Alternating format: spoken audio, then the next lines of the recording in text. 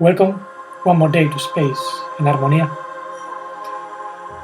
As you know, we live in a planet in which there is a very strong conflict between light and darkness, and very often those who seem to be defending some form of light also use dark means to fulfill their own goals. We see that in the justification of war in order to protect others, supposedly. We see that in the massive killings perpetrated by religious leaders across the ages. We see that in the accusation of those who claim to be followers of some god that is merciful but also punishes. So we have to trace back all these ideas, all this conflict, and distinguish it from the true lineage of light, which is not accusative, does not promote any war, and is based on a primordial law which transcends all barriers and even elevates what is fallen. I'm speaking about the lineage of the primordial man, Adam Kadmon, the image of the invisible Holy One. I have been speaking about this many times. So we have to distinguish that lineage of light which grows within ourselves, impregnating our human soul and elevating the human soul. And we have to distinguish it from those lineages that might seem to be spiritual or godly or divine, but they are still involved in the fallen matrix. Those fallen lineages have been mirrored in thousands of stories and myths since ancient times.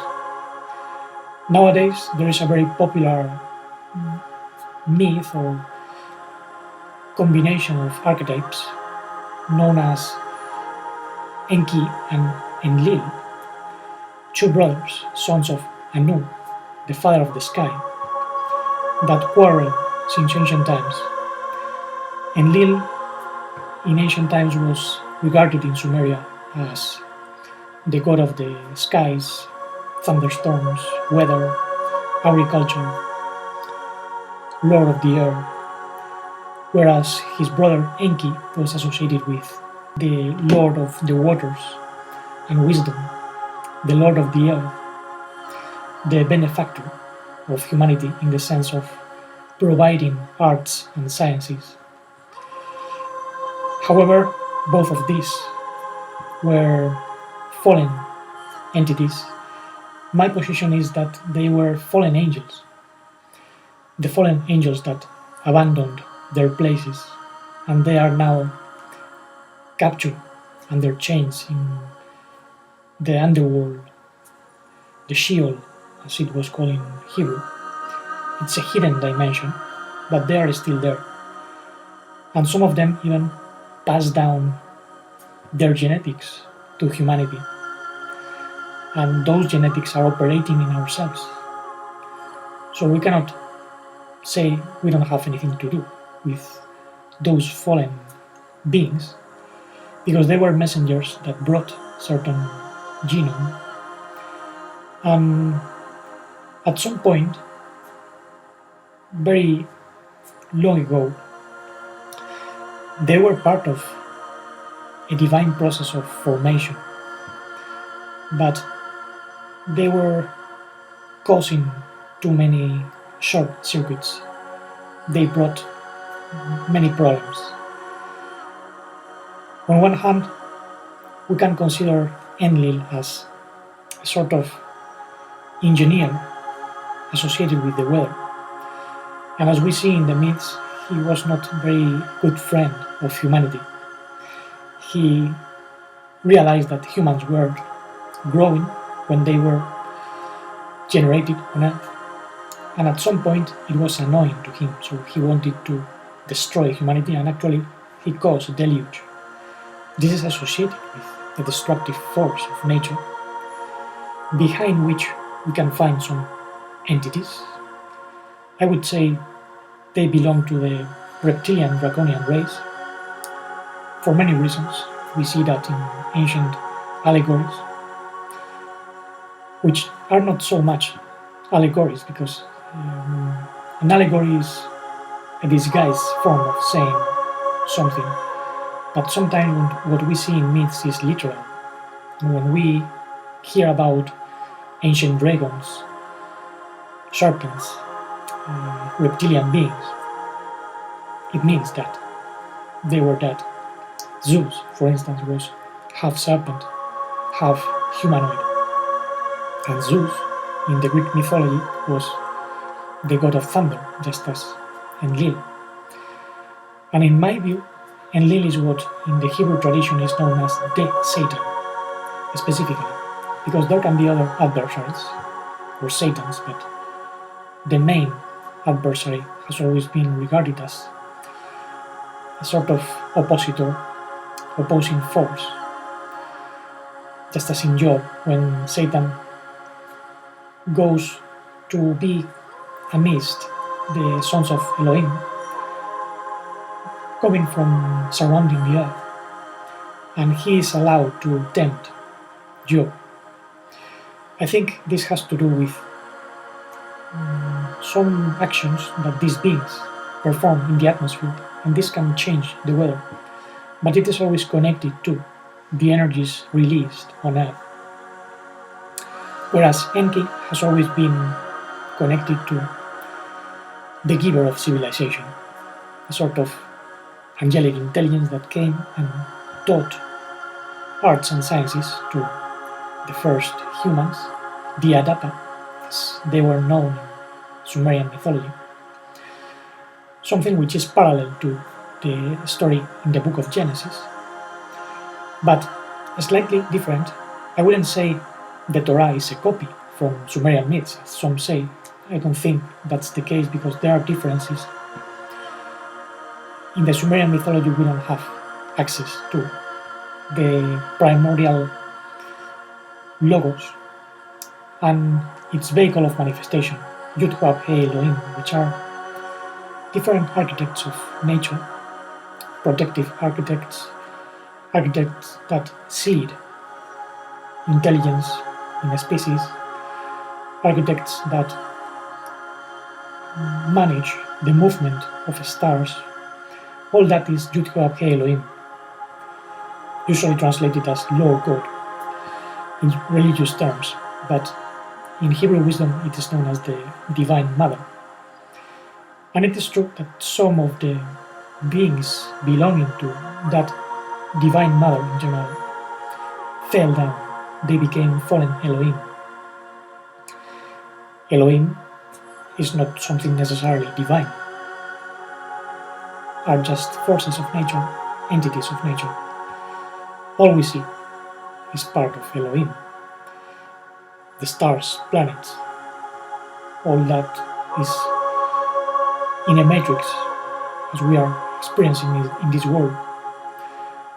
And when we hear about the Adam that was formed in the land of Adamah, Genesis 2, we have to think of several species that were emerging from the earth that was in formation, because there had been a previous period in which there were destructions. And the beings that existed before the first Adam formed in the Garden of Eden, or the Adam that was put in the Garden of Eden, were gigantic beings, gigantic animals.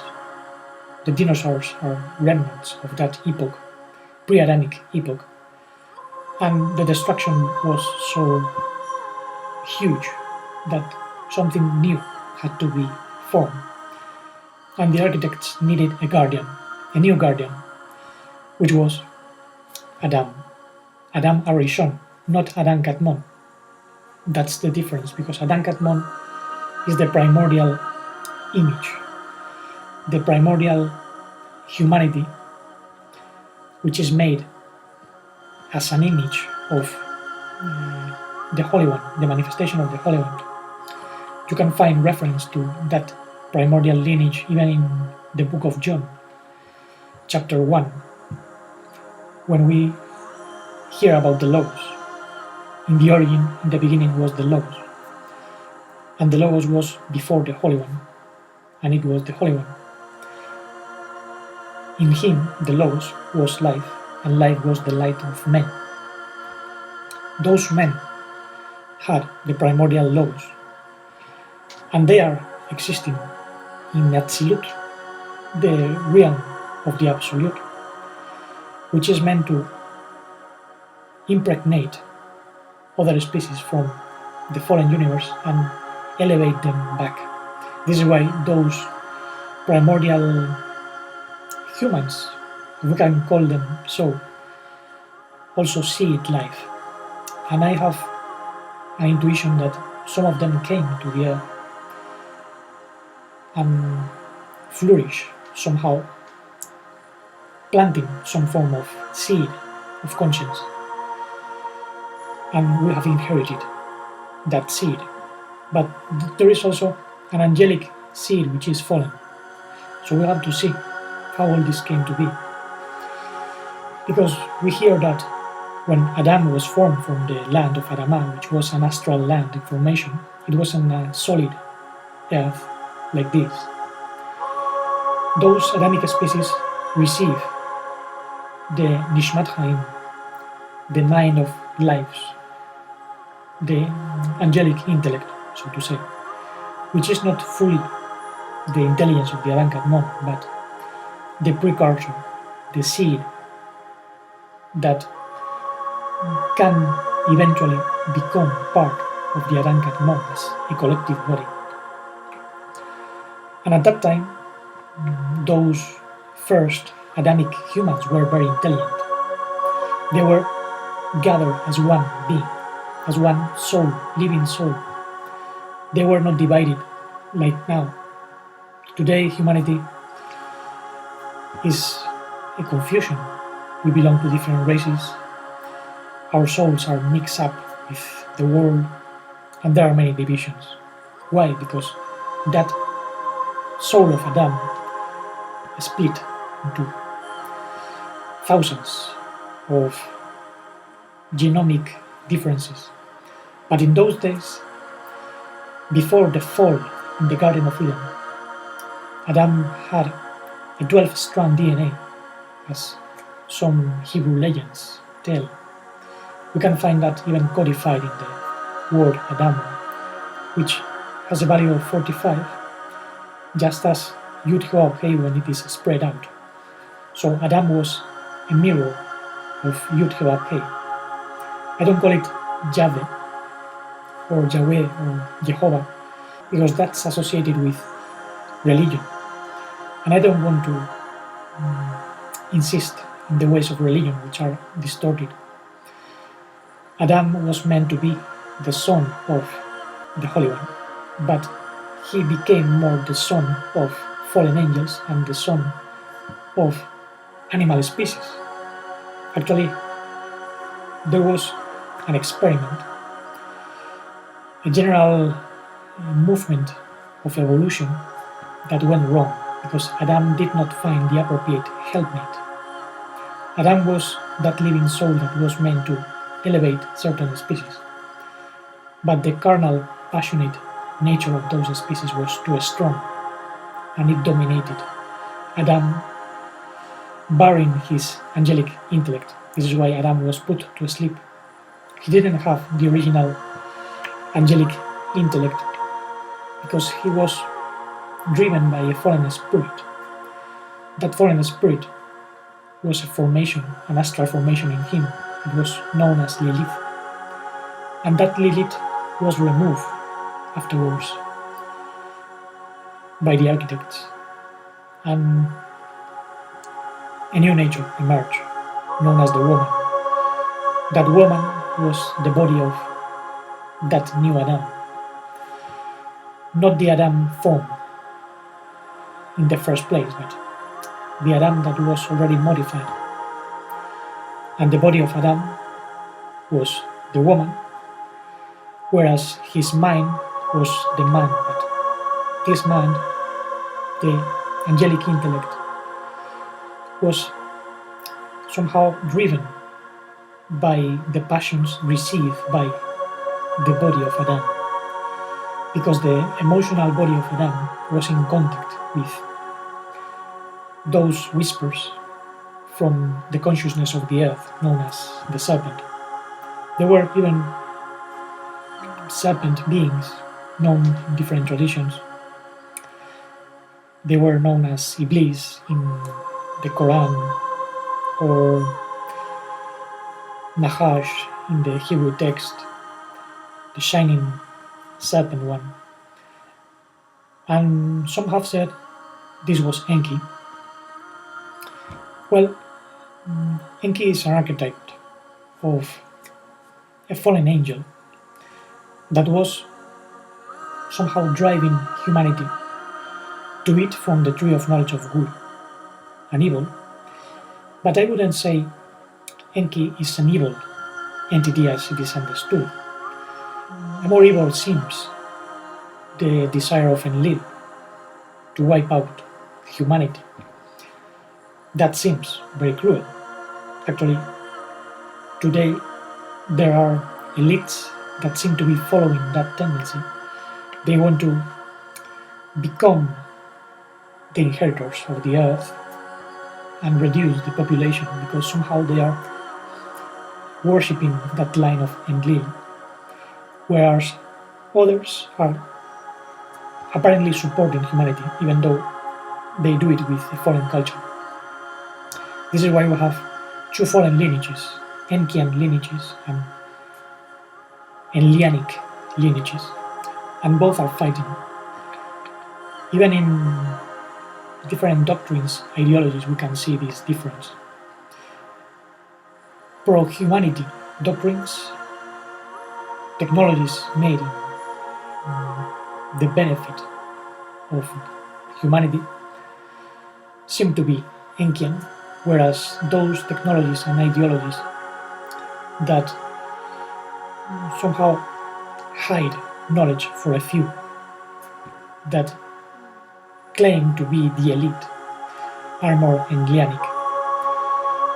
And this descends from the fall of Adam, because Adam was influenced by Enkian genes that were implanted into Adam, at first to restore the order, because there were different ideas of how to raise the fallen creation, and one of them was to awaken Enki, because in the myths of Sumeria, Enki was asleep in the Apsu, and this state of sleep was causing the suffering of the gods. So his mother, Mami, she was called, asked him to wake up and bring forth a new humanity to release the toil of the gods, the suffering of the gods.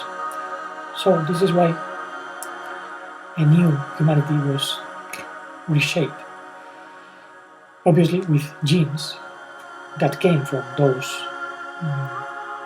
fallen gods and genes from the earth.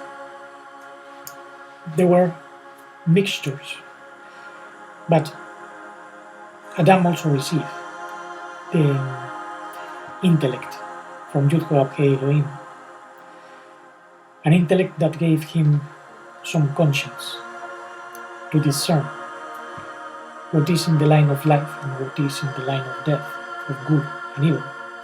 Eat from the tree of life and do not eat from the tree of knowledge of good and evil. Or the Etz Ara Be'atov, the tree of the good and the deficient. And this has to do with certain lineages as well, because the tree of life was the lineage that led to the evolution of consciousness whereas the tree of knowledge of good and deficient was the line of the fallen beings. This is stated like this in the sword, the explanation of the meaning of the Torah. And the beast of the field represented that tree of knowledge of good and bad. And Adam started to reproduce with those species. Adam, don't forget, had a body as well, not only an intelligence that was angelic, but also his body that was the woman, that could be either reproducing with the own species or with other species. And in my view, they are probably the so-called little people. They were not very tall. They are described in ancient texts, even in the sword. And those species evolved to become little people that were very intelligent. They were not like us. They could see the universe coast to coast, as we are told. They probably existed in ancient civilizations such as Lemuria, and later on in Atlantis. But those civilizations were destroyed precisely because of the fall of the angels. Not only the fall of Adam, no, the fall of angels that were already fallen and came to influence on humanity. In the sword they are known as Asa and Asael, hence the term Azazel, the goat god. Pan, because they mix up with animal natures. And they are described in many cultures, but they are associated with the fall of Adam, because Adam, in a sense, was an angelic being that contained all the cosmos, all the universe, all the influences, as he was meant to raise the fallen universe, but obviously he fell because his passions were very strong. They came from the previous destroyed world. This is why I wouldn't blame just Adam. There were other factors involved. If we go back and try to trace an ultimate cause, there is no original sin in Adam, because the fallen architects existed before Adam. They were known as the sons of Edom, Edomites, kings of Edom, and they fell in the pre-Diluvian and pre-Adamic civilizations. So when Adam mixed with this world, developing their own sciences and arts, inspired by the genetics of Enki, they gave rise to a new humanity that killed the breath of consciousness and conscience, the breath known as Havel. So Cain killed Abel, and that Cainite humanity became somehow the seed of the serpent, as it is known. But don't forget, the serpent has also good inclinations. So I would say there is a duality of light and darkness in the serpent. Enki supposedly supports arts and sciences, but many of them are destructive and deceptive, and led to the construction of the Tower of Babel. But obviously there is another serpent line which is even more confusing and destroying. The Enlianic line of the elites that try to reserve knowledge and wisdom for themselves.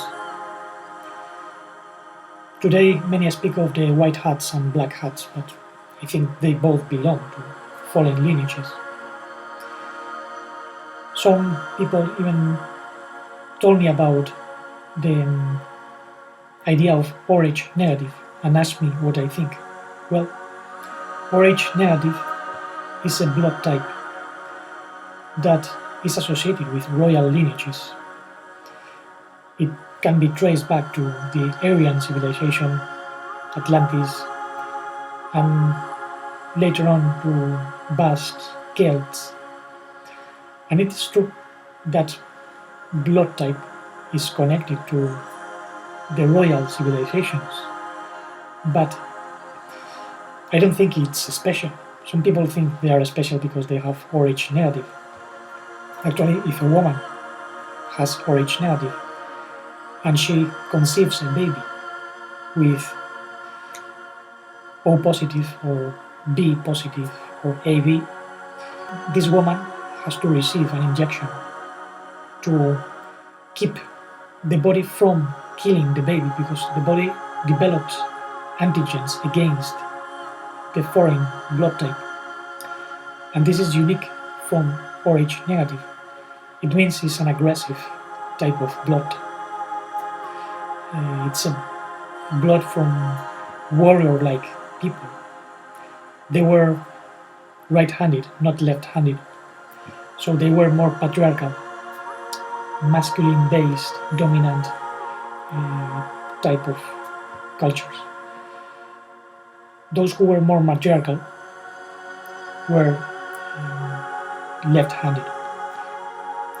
Curiously, in Hebrew wisdom, the right hemisphere is associated with true masculinity, and the left hemisphere is associated with the woman, duality, rationality. So it's kind of reverse. The right hemisphere controls the left hand, and the left hemisphere controls the right hand. So Rh negative cultures were more right-handed because they were dominated by the left brain, dual, warlike type of mentality. And we can see those lineages today with people that fight against each other, sometimes claiming to be the believers in the true God. We see that in all religions that are based on a sacred book, whether it is the Bible, the New Testament, or the Quran, at least the interpretations they give, because those books are written in foreign languages that are no longer understood. The Bible is not the Tanakh or the Torah, because it's the translation made by different people with their own ideologies. If you want to understand what the New Testament means, you must understand Greek, you must understand Hebrew, and almost no one nowadays understands those languages. Some of us have been studying those languages to clarify the issue, and we still find many incognitas. So imagine those who don't study anything. And I brought this subject because it's one of the most demanded subjects. Actually, it has more visits than any other subject, especially a video that I made, which I called "Are We the Waste of the Fallen Gods, Enki and Enlil?" It was one of the videos that made the channel grow in the past, and it's still receiving some comments from time to time, so I'm going to expand this issue so you have more details and more proofs. I like to give solid evidence of what I say so you can understand what is going on. Nowadays, I don't think there is really a true help from the so-called white hats. The white hats are also black hats. Some researchers, like Simon Parks, say a war is justifiable because the white hats can protect humanity that way. I don't think that's the case. That's fallen ideologies, the fallen world of the gods, the fallen conflict against Enki and Enlil. We can even see the eagle in many empires, the double-head eagle, which some say can be associated with Enlil. The problem is that sometimes we find Enki associated with the eagle as well. But all this has to do with this conflict. And nowadays there are fallen lineages that obviously want to preserve certain blood lineage or royal lineage, the blue bloods. We find that even in the Jewish world, Zionism has been formed by the Hathars, the Ashkenazis, which originally lived near Ukraine, curiously, and now they want to go back to Ukraine. Actually, many of them are in Ukraine. I don't think the conflict there is a coincidence. I think there is a very ancient conflict going on right now in those places. I don't think Putin is just the problem. The problem was also in Ukraine, because there is a fight for humanity, and both sides want to gain humanity for themselves. Some want to bring better technology to support humanity in certain ways, and others want to wipe out more than half of the population to keep the planet for themselves and do geoengineering, which is actually the activity of Enlil. Now, I don't want to make this video any longer. I will leave a summary of all this in an article which I wrote. It's actually a transcription from the video I made in Spanish about all these things, and there you will find many more details. I don't know when I will publish it. Remember, this is a bilingual channel, and thank you very much for listening. If you wish to leave comments, there you have the box of comments. And meanwhile, let's keep feeding the divine baby in ourselves, because we must be descendants of the primordial intelligence, the true anointed one, the image of the Holy One. Issue Yeshua salvation by means of the divine love, the divine life, which is not fallen. It can restore our, I would say, 13-strand DNA, not just 12-strand, but 13 helixes. And for that we have to clean our mind and our heart from all the rubbish, all the hatred, all the jealousies, all the passions. The fallen spirits must go away, and we have to raise our consciousness and our conscience, which depends on that awareness, that consciousness. The more we become aware of our traps, the more we can access loving conscience, compassionate conscience, working for others and not just for ourselves. So we can express the infinite love and modified life, integral conscience, and deep, blissful serenity.